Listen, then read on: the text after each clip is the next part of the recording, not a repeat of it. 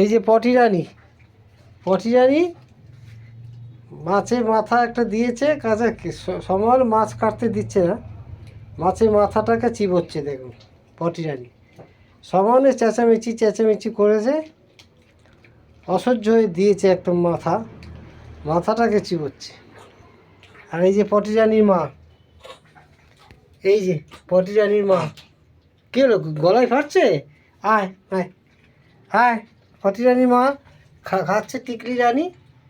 এই যে, আর এই যে পটি রানী এখানে বসে সকালে তো 4-5খানা কাঁথা কাপড় একদম পটিতে ভরে দেয়, ওরই কাঁথা কাপড় সব ধুয়ে দিয়ে আবার সকালে।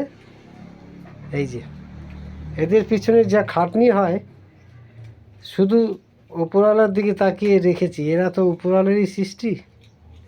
প্রচুর খাটনি, বিড়াল কুকুর পোষা প্রচুর খাটনি। যাই হোক, অনেকে বোঝে না, নানান রকম উক্তি করে।